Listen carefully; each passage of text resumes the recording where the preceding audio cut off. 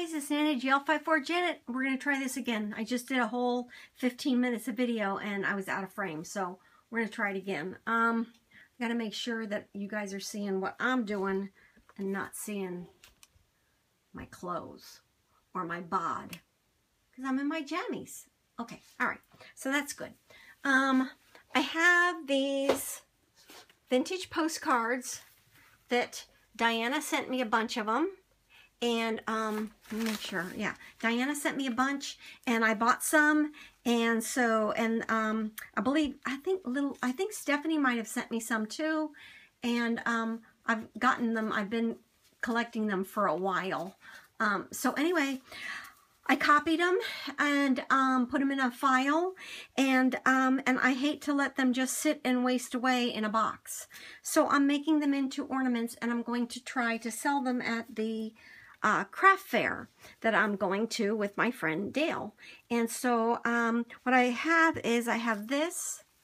I'm sorry about the darkness. It's like, but I need all the light I can get, so for my eyesight, and I know it's not great for you guys, but anyway, I'll lift things up so you can kind of see it.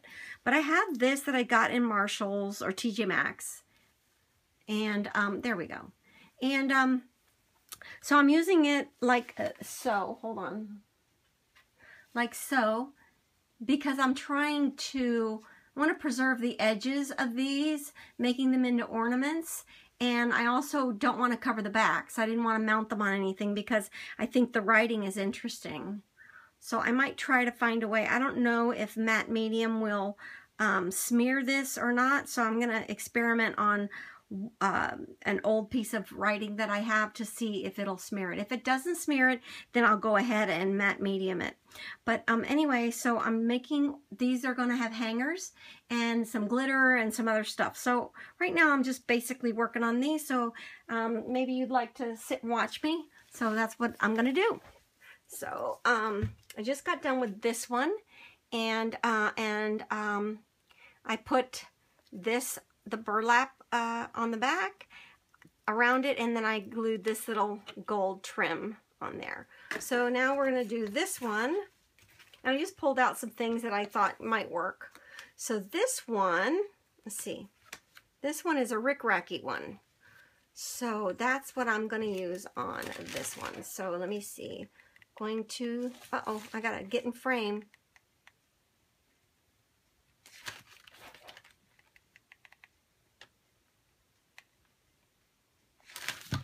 So I'm only going to do a little portion at a time because, uh-oh, Janet, there we go. That's what I want right there, because I'm going to miter the corners. And so anyway, I was, before I was so rudely interrupted by not being in frame, I was saying how this little glue gun has lasted me, this Surebonder. It's a great little glue gun. When I first got it, I got it because I used to use one of those heavy duty Black & Decker, you know, industrial, huge, the size of a power drill. Used to use a glue gun like that, and my friend said, no, you got to get one that you can handle. So I said, okay. Well, she took me to Joann's, and we went and I bought one at Joann's. So after that, I fired this baby up, and I wanted to, you know, to work right away. And I, you know, the other one, my industrial one, it was ready to go. I just, you know, take a couple seconds and it was ready to go. Well, this one, not so much. So I'm gonna miter that a little bit, maybe. This is not mitering the right way. Well, let's see. I don't know. But anyway, I started pumping on it too soon, and the whole tip fell out. So I waited till it cooled down a little bit, and then I shoved that tip back in there. And that was probably 8 years ago, 9 years ago. And it's been working ever since. Ever since. It's, you know, nasty and stuff, but it works like a charm. So And yeah, I love it. Yeah, I guess I'm not going to get these things mitered that great, so I'll just work it out and put something on the corners.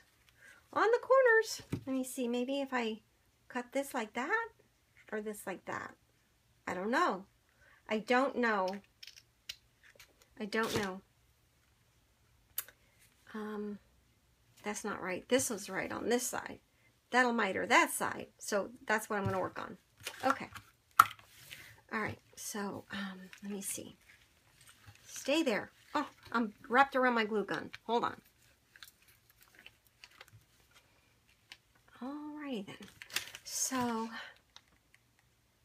the teacups, the little crocheted whatchamacallit teacups that I made the little Christmas decorations out of, they are impossible to find. I have been searching and searching online trying to find them, and I cannot find them. So if any of you guys are great at searching, they are by Doris. I wanted to get more of them because people have been interested and they're like, oh, I got to get some of those. I can't find them. And I went to the Doris site. I've gone to party favor sites.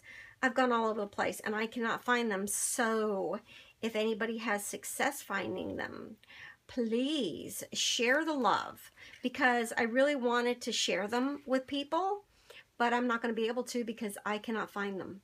And I don't know. Now I don't even want to sell them, the ones that I have made. I did promise one to someone, and you know who you are if you're watching my channel. But I, you know, and I promised I want to give one to my little Nat. But I can't share anymore because I don't have enough. So just if anybody is good at searching and can find those things, I don't know. And the price tag that that I found on the each individual crocheted teacup thing is $4.99 each. So if you find them, they're going to be pricey because I found mine in a thrift store. But I think they're well worth it. They're beautiful, and I would buy them at that price because they're kind of like one-of-a-kind things. Not one-of-a-kind, but, you know, limited. And they're really, really cute. So I'm sorry, but I can't find any more. Yeah. So I was bummed about that. I thought, oh, no problem, I'll just find more. Not. But maybe you guys will be successful because I'm not really a computer whiz. A lot of you guys know more about computers than me. My computer skills are, you know, forget about it. Anyway. I was telling Honey how, you know, precious the teacups were, and he started laughing at me. I'm like, but you don't understand. You wouldn't understand. You wouldn't. Men don't understand that. Unless it's a male crafter, then they'll understand that. But otherwise, tried to tell him, it's like the last part for your 1969 Camaro. It's, you know, oh, he doesn't have one, but I'm just saying if he had one, you know, it's like that. That's the kind of, you know, that's the kind of in-demand kind of stuff we do. So I'm bummed. My little teacups, I can't find any more. So if I sell the ones at the craft fair, I'm going to ask a lot of money for them. If I sell them, then that'll be fine. I'm going to save a couple for myself. And if I don't, then they'll be my ornaments, because I wanted to find more and make ornaments for myself anyway. So, which did not happen. So, got to trim it up, make it look pretty. And so we have this one. This one's done.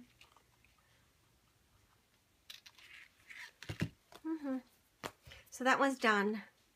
I might add some sparkle or whatever. Maybe on the roof. Okay, so that pause was for, why do old men get on roofs?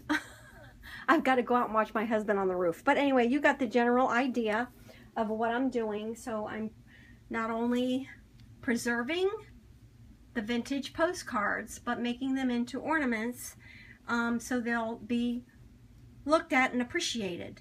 And I was thinking about the things that were made back then, and they were made with quality. There was a quantity, but not an innumerable quantity like nowadays things are made.